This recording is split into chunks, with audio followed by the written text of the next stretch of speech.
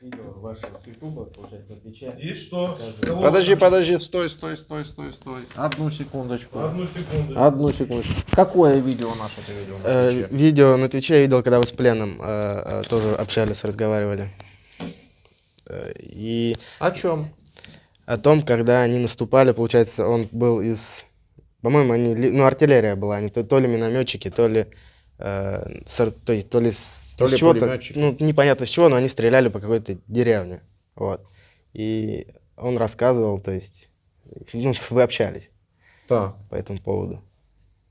И что вам в этом общении с ним было непонятно? Да нет, понятно-то было, что как бы он говорил, что с вашей стороны все было, ну, как бы, ну, многое, что было понятно, но все равно как бы не с тем, что нам там рассказывают, чуть не Жесткая фотка. не состыковывалось. Это кому мы пишем?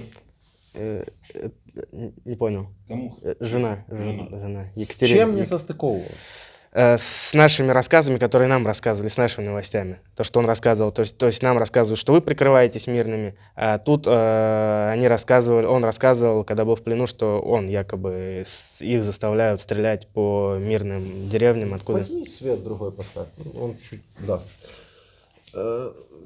Я понял, не состыковывалось. И что? Ну, я как бы, ну и вся эта пропаганда, то есть то, что здесь так все плохо с пленными, то есть... Так. И А вы же видели, что с ним все хорошо? Да, видел, что с ним все хорошо, видел, что он супруге звонил. Да. Так а что же вы сюда поехали?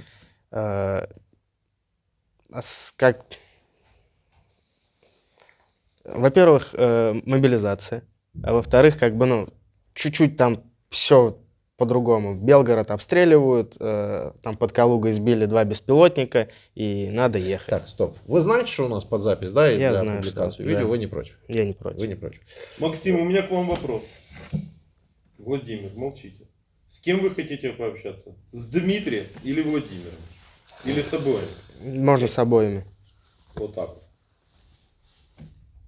У нас и так, в принципе, всегда общение с обоими, просто один в кадре. Если ты хочешь здесь Нет. побыть, Выберите, должен быть один человек. Когда я смотрел, вы оба были в кадре, потому что я ваше лицо знаю, и ваше. выбирайте, Максим. У нас у военнопленных появилась Ну, вас давайте. выбрать, Выбрать интервью. блогера. Ну, раз Владимир уже сидит, как бы. Раз Владимир уже сидит, то пусть сидит. Пойду. Я обиделся. Максим. Mortal Kombat, что ли? Максим, я обиделся на вас, а вы, Владимир, общаетесь. Давайте, да. Зовут вас полностью? Спицын Максим Евгеньевич. Спицын Максим Евгеньевич. Число, месяц, год рождения. 26.02.1990. Откуда вы? Проживаю город Калуга. Город Калуга. Вот теперь давайте рассказывайте. Что вам там? Белгород бомбим, там еще чего-то? Ну да, то есть из последних новостей, когда перед мобилизацией были новости, что бомбим Белгород, по жилым зданиям уже прилетели хаймерсы. Так, хаймарсы прилетели. Да. То, что в Калуге сбили 2 беспилотника. Да. 10 беспилотников И НАТО полным ходом уже идет И НАТО. да, в нашу сторону. Сколько вы убили натовцев за пребывание ваше в Украине? Нисколько. Никого Почему? Потому что никого не убил, не даже, то есть не видел даже натовцев за свое пребывание в Украине. Но они же уже идут на подступах. Но здесь я как бы увидел, что нету никаких натовцев на подступах. Значит, другой сейчас Максим или Андрей смотрит это видео из России и думает, что-то здесь не Что-то согласовывается. здесь не согласовывается, да. Он думает, скорее всего, может быть, его заставляют это говорить. Так. Вас заставляют это говорить? Меня это не заставляют говорить. Можете Я показать руки? Если вам так удобно, вы сидите, то они у вас не в наручниках. Они да? нет, не в наручниках. Пусть как- Максим докажет, что его не заставляют тут. Докажите, что вас не заставляют. Пока говорить. не докажете, не убьют. Да. Ну, А ты думаешь, он сильно расстроится, Нет, да? он будет доказывать. нет, я как бы, ну а как я докажу, что они не заставляют? Ну не заставляют, я как бы сам. Зашли, спросили, кто пойдет на интервью. Я С какой стороны стоит пулеметчик? Нет, нет, здесь как бы вообще, то есть, ну, Как бы это Максиму или Андрею, которые смотрят нас из России, объяснить, что никто на вас не нападает вообще? это будет тяжело, Я тоже об этом много думал, как это объяснить. Ну, скорее всего, когда много людей сами ему скажут, я не знаю, что-то из России уже в России скажет, а не... Но мы не можем пропустить через наше интервью 140 миллионов человек. Ну, не знаю. Даже 40, чтобы они поделились еще с двумя, мы не сможем сделать. Всего лишь 500 записали, и то это непросто. Я понимаю. Так. Угу. Значит, натовцев не видели. Натовцев не видел. Нацисты. Нацистов тоже не видел. В основном все русскоговорящие, либо, то есть, больше на русскоговорящем видел, чем на украинском. Понятно, с вами говорят на русском языке, вы же другого не понимаете. Или понимаете? Не понимаем, ну, как бы часть понимаем, но говорят все на русском с нами, да. Ну да. Нацистов тоже не видели. Не видел. Не видели. Так, хорошо. Комаров подозрительных, летучих мышей, гусей.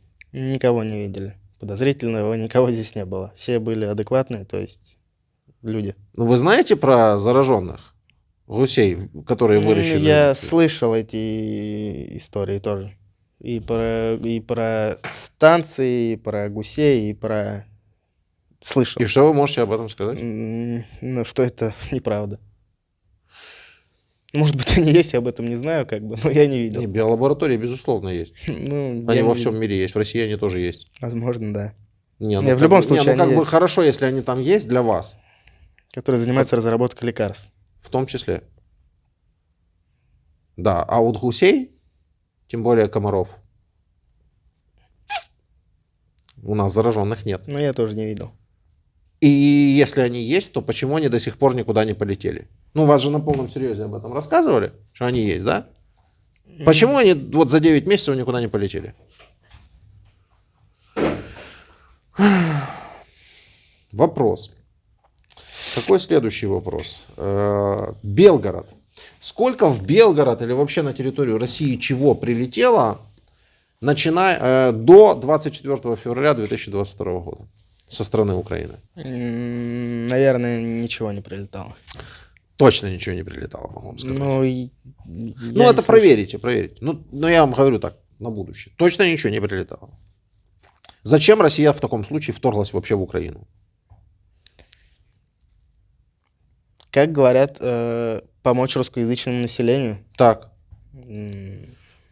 Помочь что сделать? Русскому языку их научить? Нет, побороть нацизм.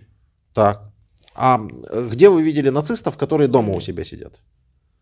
Защищаются, а не наступают? Не видел. Я вообще Хорошо. нацистов здесь не видел. Понял.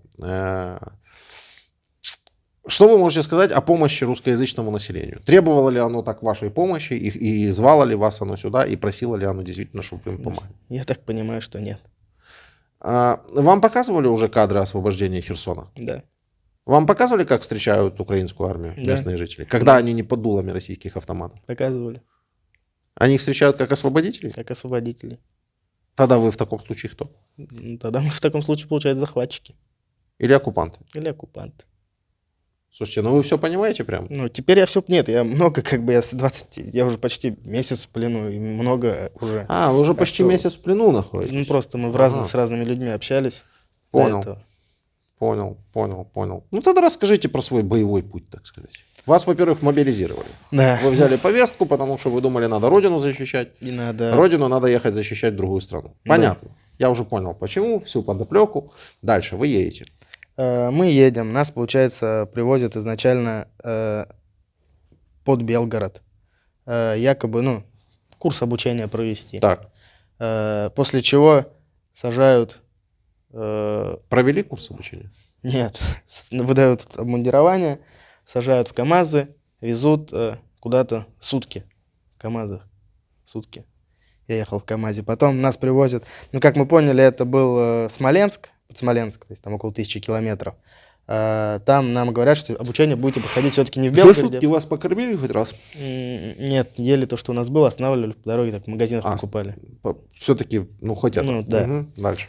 2 или 3 дня мы, то есть, в Смоленске ожидаем обучения никого не происходит, там нас кормили. То есть там кормили 3 раза в день. Потом опять пригоняют с утра КАМАЗы, нас будут, говорят, садитесь в КАМАЗы, едете обратно в Белгород.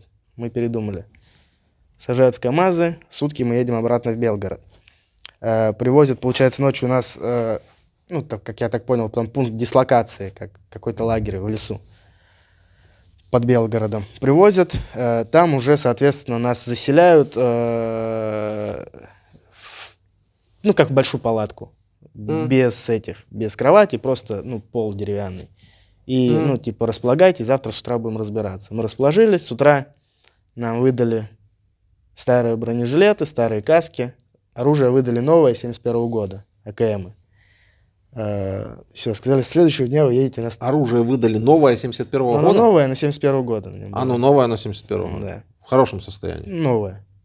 Новое? Понял. Ну, со складов, я так понял. Понял, в масле, короче. Да. Мгм. Вот. Соответственно, на следующий день после того, как получили оружие, мы поехали на стрельбище. Ну, стрельбище у нас получается как? Держу, дышу там, ну что-то, вот мы перебегали, в общем, там через окопы, стреляли.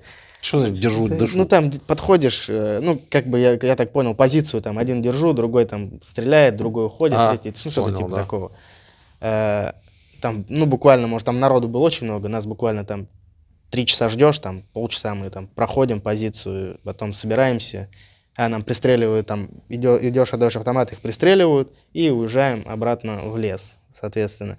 В лесу кормили, ну, если успел, там, допустим, весь день там пробыл весь день на стрельбах, успел на ужин, значит, поужинал, то есть туда никто не привозил кушать. Вот. Ну, там недалеко были магазины, благо могли сходить, там купить себе тоже что-то покушать сами. Вот, соответственно, в лесу после этого у нас где-то, ну, 2 раза мы ездили на стрельбище, всего мы там пробыли около, наверное, недели. Как раз вот числа до 12-го мы там Это пробыли. все еще в Белгороде? Да. Вот. 2 раза съездили на стрельбище, и потом, получается, там уже все подразделения нам свое какое-то сформировали подразделение, назначили старшего, и потом через неделю сказали, все, вы убываете за территорию, то есть на территорию Украины. Так, Вот. вам хоть честно сказали. Да. Вам сказали, что вы будете воевать?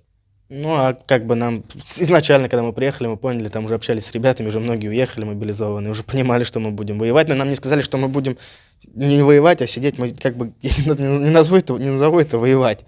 Когда тебя привозят, сажают под мины, и ты сидишь там, это как бы, ну, не война. А как вы себе представляли это? Я не знаю. Ну, Я думал, ну, может быть, да, я изначально, как бы мне сказали, вот водитель, ты будешь там водить. Водитель, мне прописали должность водитель взвода материального обеспечения. Там, как-то материального обеспечения, гуманитарной помощи, что такое. То есть я думал, я буду, не знаю, может, еду возить. Как бы у меня категория, все права были, категория от А до Е, то есть Д, там, то есть все понятно. было. У вас та же история, что и у всех остальных российских солдат. Вы все почему-то думаете, что именно вы воевать не будете. Каждый из вас. Буквально. Мы не обучены. Куда нам воевать? Я не знаю. Я проработал на заводе «Континенталь», 8 лет просидел в офисе за компьютером, в Excel. Куда мне воевать? Какой из меня воин? У меня зрение, один глаз вообще не видит практически. Снайпер. Да. Какой глаз и почему у вас не видит? Я так визуально все хорошо возможно. Левый с детства. У меня, ну, как я понял, у меня глаукома. У меня, ну, то есть слишком он, ну, короче, плохо видит. А что не вылечили? Операция лазерная. Ну, $400 и побежал. 2 дня. Дима, не обращайте внимания, какие-то лазерные операции. Это вражеские какие-то, это только на загнивающем Западе такую делают. В скрепной России настоящей, там это нельзя, это от дьявола.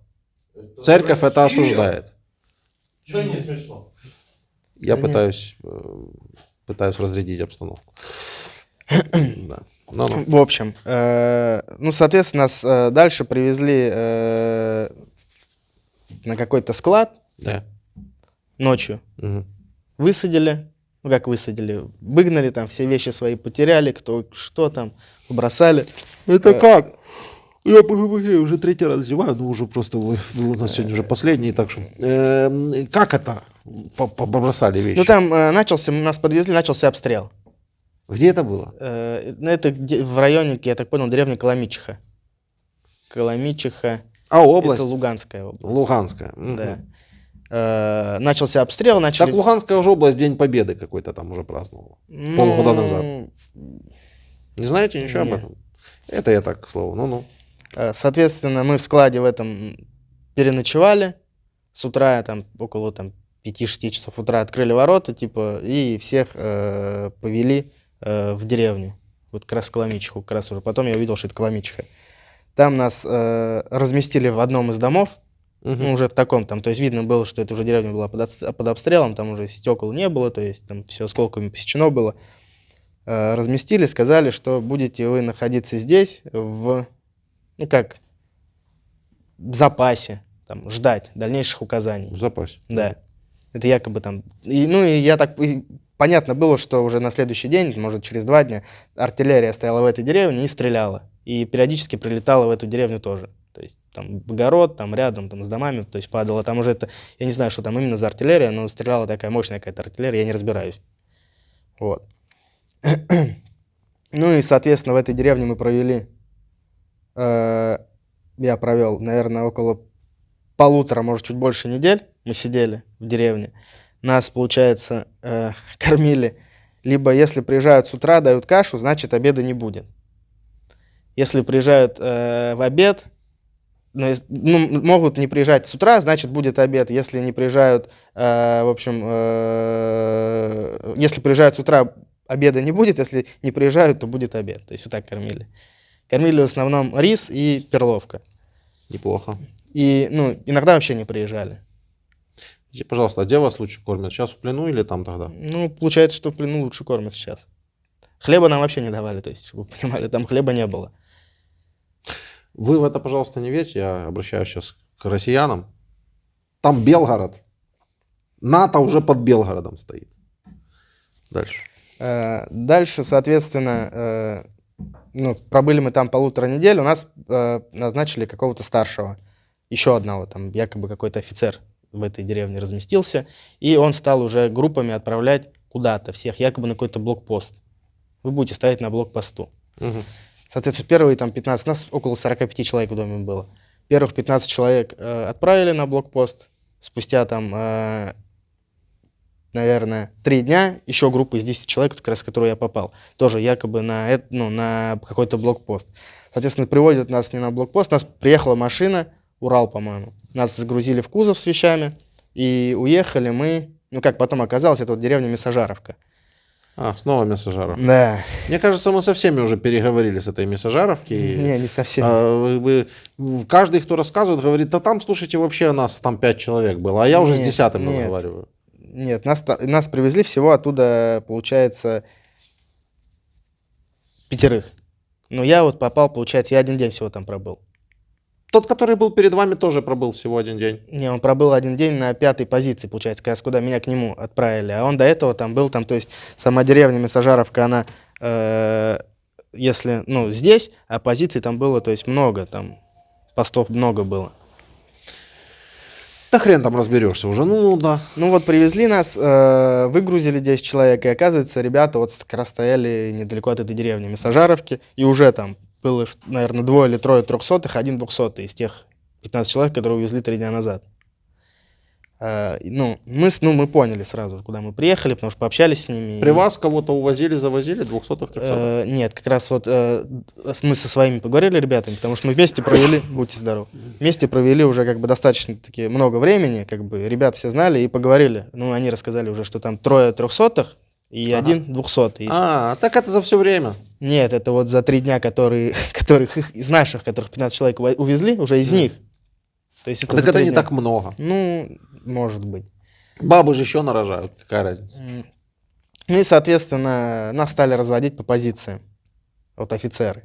Кого-то куда-то туда, ничего толком не объясняя, там просто гнали, как этих, вы туда, вы сюда, давайте быстрее, вы туда, вы сюда. В итоге нас просто 2, получается, меня и со мной еще был 1 человек, просто где-то в лесу там какие-то маленькие окопы вырыты были, и там уже лежало человек 5, просто ждало утра, нас положили туда, типа якобы там позиция 4-я, 5-я захвачена ВСУ, вы здесь до утра лежите, а с утра там придет кто-то и будет проверять, отбивать позиции. Каким образом? Сейчас я расскажу, каким образом. Соответственно, до утра все мокрые, ну, мы, соответственно, шли на километров 4 пешком, все мокрые, вот, ну, то есть в такой одежде мы сидели до утра, ждали. Дождались утра, пришли, там, как я понял, какие-то офицеры, ну, они очень молодые, там лет по 22, и там человек, наверное, 15 еще ребят. И пошли на 4-5 позицию. Пошли, походили там, по деревьям постреляли, там никого нету. Все, говорит, можете размещаться там. Меня отправили как раз вот на 5-ю позицию с человеком, с которым я приехал. Дима его зовут. Соответственно, туда пришли, офицеры ушли, мы что делать? Нам говорят, хрен его, что делать, сидите, ждите. Я говорю, откуда хоть ждать, что ждать, ничего не ждать. Они говорят, сидите, ждите, как бы, потом все расскажут, вам придут, может, не расскажут. И размещайтесь в доме, дом был разрушенный. Типа, копайте там блиндаж, все укрепляйтесь. Ну, мы зашли в этот дом, полуразрушенный, там положили, какие вещи были, начали копать блиндаж. Начался минометный обстрел. Соответственно, мы там в доме сидели, пока минометный обстрел был. Потом... начал прям он бить по дому. Начал бить по дому. Мы перебежали, был маленький там некий типа блиндажа уже. Ребята до этого, которые там дислоцировались, вырыли. Мы перебежали в этот блиндаж. Сидели, наверное, около 4 часов там. Обстрел был все 4 часа. Сначала 80-е мины, потом, как я понял, ребята сказали, 120-е. Чуть... оружие, когда мы перебегали, соответственно, оружие и подсумок, все это было в доме. Вот. Вышли мы спустя, там, может быть, 4 часа, там, посмотрели, дом весь обрушенный, соответственно, оружие все завалило, получается, то есть оружие, там, каски, что-то еще, там, какие-то вещи, все завалило домом, стенами. Мы стали разгребать, а ребята, 4 человека, получается, ушли за водой и, за водой и сигареты найти. А мы троем остались разгребать этот дом. Соответственно, чуть разгребали, опять начался минометный обстрел. Мы опять забежали в этот блиндаж. И там буквально, наверное, 3-4 мины взорвалось, и слышим, кто-то разговаривает около блиндажа. Мы пароль говорим, пароль там у нас был, пароль говорим, нам говорят, выходите, сдавайтесь, это ВСУ, вам ничего не будет. Соответственно, а у нас у меня ни автомата, ничего, муха единственная лежала, которой мы пользоваться не умеем, мы не знаем, что делать. В итоге он еще раз повторил, выходите, сдавайтесь, вам ничего не будет. Соответственно, начали выходить. Вышли, нас положили, связали. Это да, это другая история, потому что те истории с Мессажаровки, которые были, это из подвала их выводили, короче говоря, из какого-то. Кого-то из блиндажа выводили. Вот нас из блиндажа. Из блиндажа, понял. Угу. И, соответственно, увели, и вот с 25 числа это произошло. То есть, грубо говоря, вот я ночь там переночевал, и один день неполный под минометным обстрелом посидел.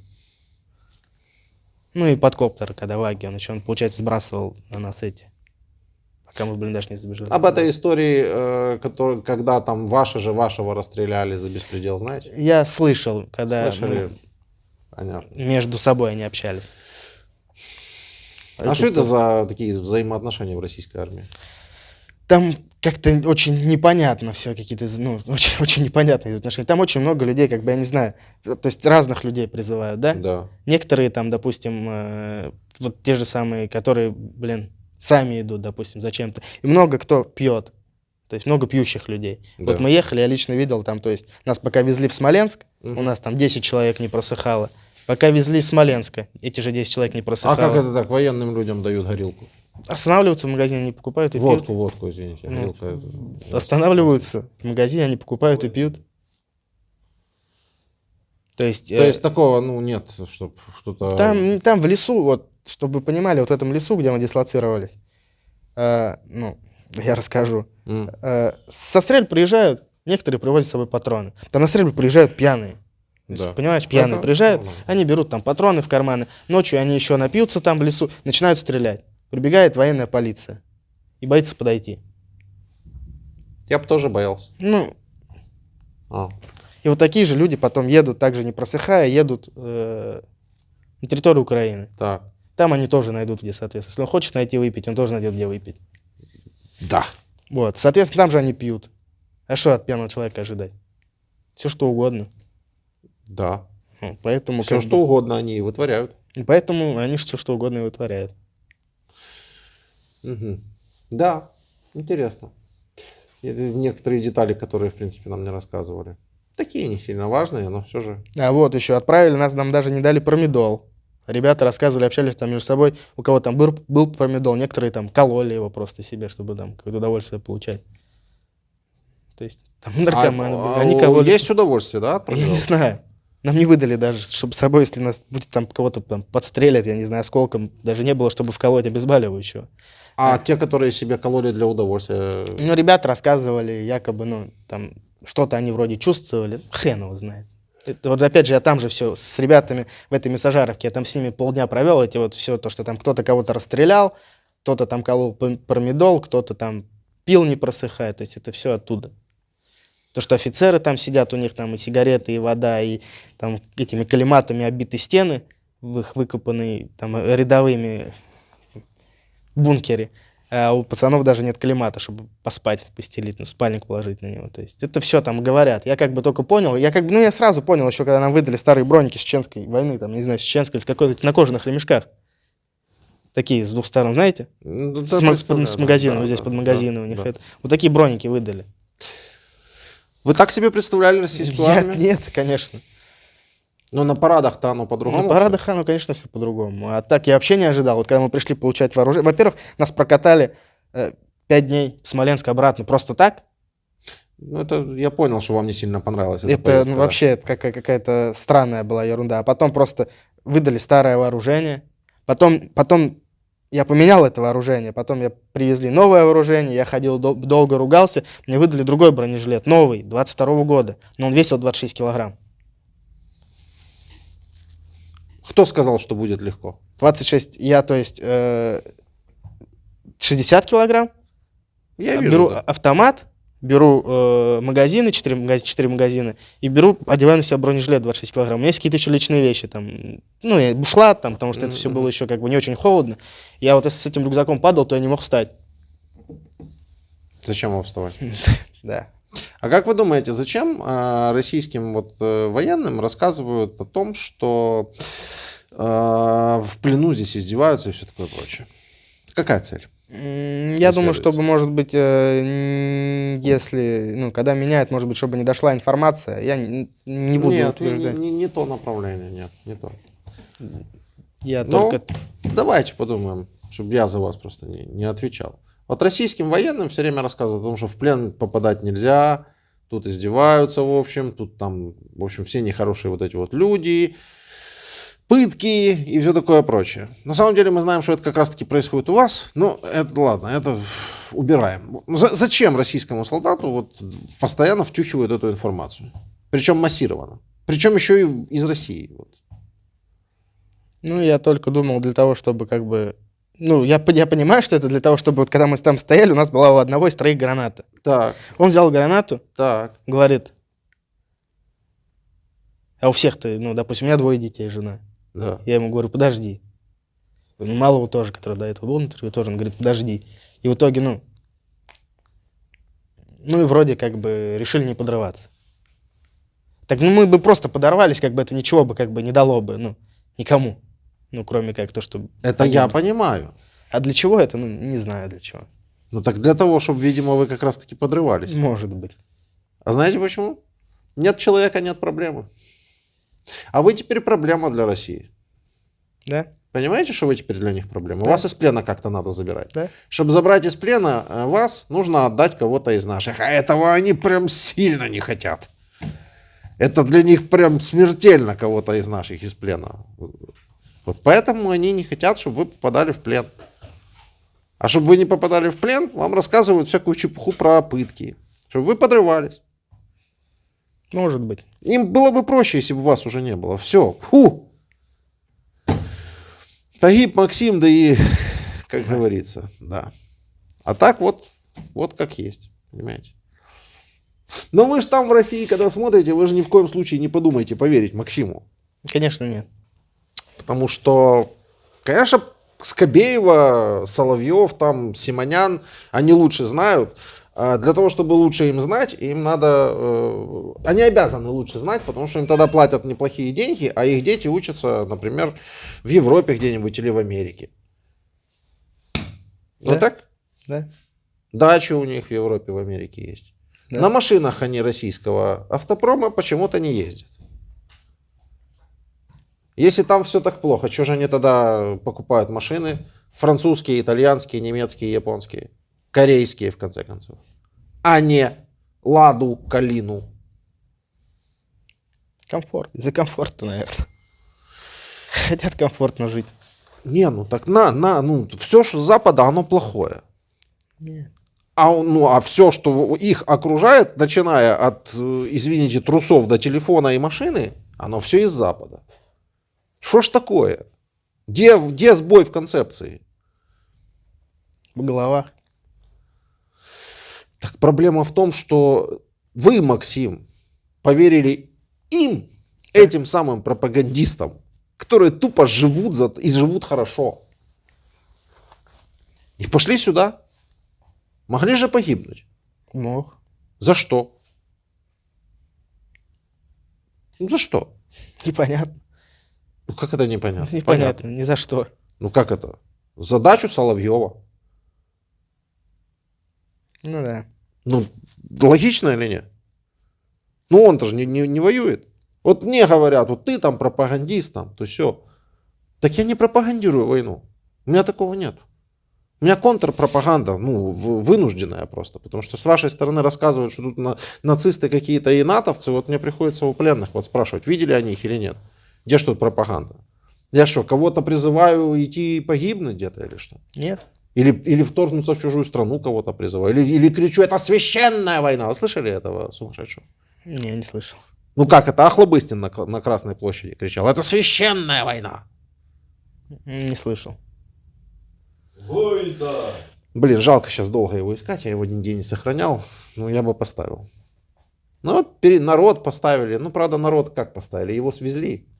Для ТВ хорошую картинку сделали. Он кричит, это священная война. И все поддерживают, хлопают. Это для ТВ. А когда люди сбросили видео, что там реально, ну, кто-то снимал просто из толпы телефонов. Все вообще стоят, кто курит, кто что, короче, там с колонок эти аплодисменты запускаются. Я понял. Ну, так у вас делают. Я не знаю. Я даже, ну, вот хочу еще чего-нибудь такое спросить, чтобы вы вот мне вот рассказали. Вот, ну, все же, ну, я не Можно знаю. я спрошу? Давай. Корень из 269. Не знаю. Ну, я спросил. Где здесь выход? Я спросил. 13. Нет, ну давайте все-таки подумаем, как Максиму, который сейчас вот где-то там смотрит, надо объяснить, что все закончится ровно в тот момент, когда Россия покинет территорию Украины.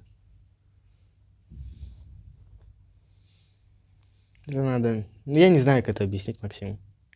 Ну, честно скажу. Давай звонить. Даю звонить. Дмитро Миколаевич. Там ответили уже на том проводе? Так точно. Или сейчас снова начнется вот это вот? Нет, там все. А вы кто, вы что, скажите пароль. У вас кодовое слово есть? Нет. С женой. Жене звоним? Да. Кодового слова точно нет с женой? Потому что в прошлый раз требовали кодовое слово. Вы морзянкой должны накидать глазами. Правда, правда оказалось, что сам пленный не знал кодового слова. Поэтому Не получилось, да? осталось... Здравствуйте. Нет, ну, почему не получилось? Меня послали и все. Добрый день, меня зовут Владимир, я журналист из Украины. Ваш муж у нас в плену. Хотите ли вы с ним поговорить? Здравствуйте, да, хочу поговорить. Этот разговор будет записан и опубликован. Вы услышали, да? Да, Передаю. Привет. привет. Как дела? Да хотелось бы лучше. Что там, никто выкуп за меня не требует, я Вы вот не за это говорите, перед. где вы находитесь. Да. Нет, не требует. Если потребуют, не верь никому. Ни военкоматам, никому. Хорошо. Как твои дела? Да, все хорошо. Жду. Когда увижу. Леш, Да. я тоже очень жду, Максим. Что там, Милена, Богдан? Богдан болеет, Милена учится. Че у него? Ну, ларингит, как всегда. Понятно. Ты как, держишься? А? Ты держишься? Да, на 2 работах держусь. Денег не хватает? Ну, как сам понимаешь. Подождите, а вам же зарплату должны платить. Я не знаю. Как это? Ну, вас же мобилизировало государство. Оно же должно обеспечивать вашу семью каким-то образом или нет? Ну, Приход- понимаете, здесь, наверное, просто не налажен процесс, я так понимаю, еще всего этого ждем. Мгм, Возможно, что-то будет, но пока ничего нету. мгм. Ну да, да, да. Все наладится. Там, конечно. наверное, какие-то свои нюансы. Да, да. Мать там что, звонила?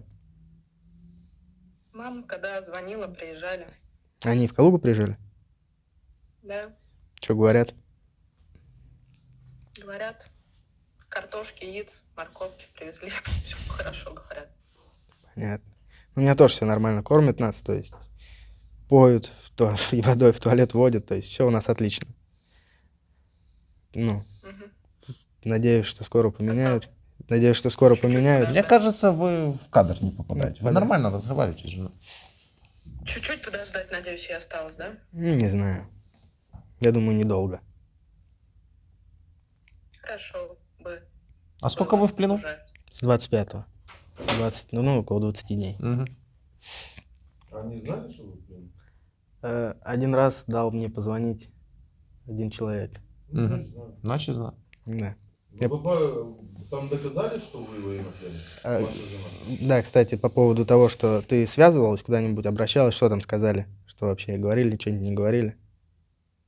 Сказали, ждите. Ну, а подтвердили, какие-нибудь подтверждения дали, что я в плену или что-нибудь вообще такое было?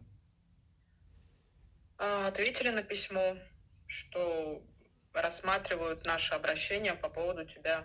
М. Класс. Можно я 2 слова скажу? Да. Я ничего не хочу, конечно, сказать плохого вам, но если у вас будет отношение к возвращению своего мужа из плена такое же, как у вас отношение к зарплатам, то его могут не скоро и вернуть. Но если вы будете думать, что там кто-то что-то за вас думает, да, и пытается Нет, сделать. вы меня поймите, то, что было в моих силах, Мгм. я сделала все. Нет, так, Больше я ничего сделать так не вы бы могу. туда звонили раза 3 в день хотя бы. Да? Ну пусть хотя бы говорят вам, что какие приняты решения. Какого из украинских пленных отдают вместо него. Потому что мы же это делаем ради того, чтобы своих забрать, понимаете, из плена. Вот. Я понимаю все. Вы поддерживаете спецоперацию, наверное, да? Или войну, я не знаю. За войну не сажают уже за слово? Я не знаю Ага. ни спецоперации, ничего, просто я не смотрю ни новости, у меня дети маленькие, я этого всего не смотрю. я У не нас смотрю тоже дети эти маленькие, новости. гибнут уже тут 9 месяцев от ракет российских. Вот такие вот дела. Да. Но вы поинтересуйтесь, наверное, все-таки политикой. Потому что если бы ваш муж, например, погиб, а это было вполне вероятно, то вы бы даже себе, наверное, и не ответили бы на вопрос, за что он погиб. Или ответили бы. Я не могу ответить. на Да. этот Ну вопрос. вы тогда вот Сейчас. поинтересуйтесь. Да, ну я вам говорю, вы поинтересуйтесь так, чтобы себе дать. Спасибо, я все понял. Так что не переживай. И да, звони им постоянно им звони. Пусть они, ну, хоть какие-то ответы дают. Не знаю, Можно и прийти иной раз. в наш военкомат звони постоянно. Пусть они какие-то ответы, что-то там пытаются сказать, ну, что они вообще думают. И как они Хорошо. планируют этот обмен со своей стороны. Хорошо. А так не переживай, все будет нормально. Я поняла. Покажешь детей, не? Ладно тогда. Все, люблю Я не тебя. буду смотреть. Ладно, люблю тебя. Не надо, Макс, детей. Ладно, Я тебя ладно. тоже. Давай, я жду тебя. Все, давай, пока. Дело в том, что дети в кадр бы в любом случае не попали.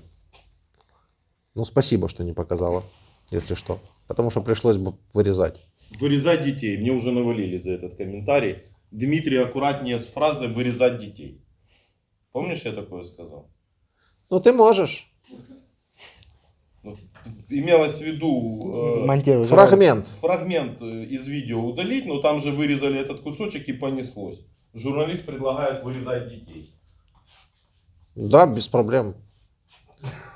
Кусочки вырезать, слова переставлять, это они умеют. В принципе, больше они ни хрена и не умеют, наверное. И что? Как вы можете это все прокомментировать? Не знаю, Максим. как это прокомментировать. Ну, вы производите впечатление вполне себе думающего человека. Я правда не знаю, как это прокомментировать, потому что, я остался жив. Да. Как бы. Ну, Могу видеть жену. да, Скорее всего, увижу детей. да. То есть, зная все это, пошел бы я и принял бы какие-то действия, чтобы не пойти, да, принял бы какие-то действия, чтобы не пойти на вашу, на территорию Да. Украины. Это понятно. А как прокомментировать, я не знаю. Я не об этом. Ну, я не задал вопрос, в принципе. Наверное, да. Вопрос. Политикой интересоваться все-таки стоит? Стоит, да, но опять же, где и как ей интересоваться, понимаете? То есть, если ей интересоваться из телевизора, то, Если бы вы посмотрели свое же интервью, гипотетически, вы бы что-то поняли или нет? возможно.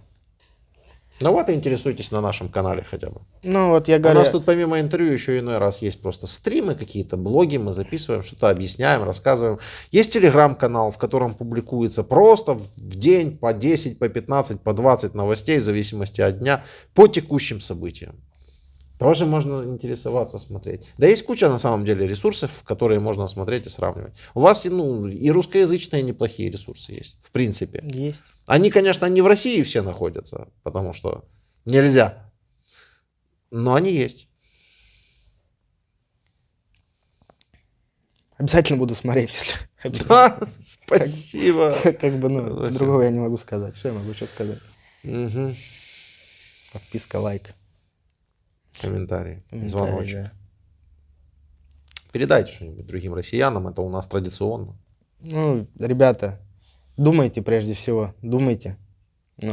Посмотрите, пересмотрите, не знаю, сколько видео есть на канале, пересмотрите, еще раз подумайте, осмыслите, кого мобилизуют, кто-то может сам, насмотревшись новостей, хочет помочь, добровольно пойти. Пересмотрите, подумайте и окончательно уже решите для себя, нужно ли это, в первую очередь.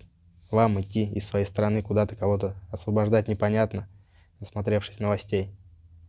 Посмотрите, что говорят вам ребята, такие, которые уже пошли, сходили, пришли. Так а тихонько их спрашиваете. Вот Максим подумал, посмотрел на Твиче видео и Да. пришел сам лично проверить. Потому что НАТО под Белгородом, а натовца ни одного не убил. Я посмотрел прям минут 10, если быть честным. Да, понятно. Максим понятно. Петрович, уделил бы больше времени политике? Самая большая проблема, что Максим не убил ни одного натовца. Вот здесь, я так понимаю. А если бы Максим выбрал меня для разговора, то позвонили бы еще кому-нибудь и отговорили бы идти. А если бы вы сказали, что вы убили натовца, то вам бы Героя России по возвращению дали. Наверное. Дали бы. Так что можете навалить. Не? Нет.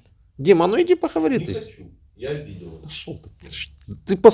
Ты на стрим вчера не явился, который ты сам, ты сам рассказывал, что надо стрим, а потом на него не приехал. Все, выключай. На стриме много из России смотрят? Половина из России смотрит. А стрим 50%. на Ютубе или на Твиче? Не, на Ютубе. А Твичом вообще не пользуетесь? А надо? Не знаю, там очень много людей смотрят Твич. Дима, изучить вопрос про Twitch. Очень много людей смотрят Twitch. Хорошо. Злой же, знаете, он же из Украины, по-моему, злой. Злой знаю. То есть он на Твиче. Хочешь не поговорить? Я его лично не знаю, только стримы Мы его знаем смотрю. лично. А кто это? Мы можем делать одновременно стрим на Твиче и на Ютубе. Ну я, да. насколько знаю. И Да. на Фейсбуке, и на везде. Ага. Twitch достаточно такой распространенный ресурс в России. Да, Twitch это стриминговая площадка, где стримуют геймеры и Не- музыканты. И не только. А контент такой, как вот они, будет сразу забанен. Заблокирован будет, скорее Потому всего. что он Twitch лоялен. Лоялен, да? К России лоялен. Крашки, да. Ага. Не сказать так, что лоялен, потому что я говорю, я смотрел вот этот канал, который... ТикТок тоже не сказать, что лоялен. Ну попробуй там что-нибудь. Только Дмитрия забанил опять ТикТок. А Владимира забанила перед Дмитрием. Владимир говорил Дмитрию, тебя забанят, но нет же. Тетя Надя мне сказала, будешь Я- лучшим тиктокером. Да, но я Я думаю, не очень понимаю, что происходит последних 5 минут. Надо было остановить уже это видео. Товарищ автоматчик, остановите запись.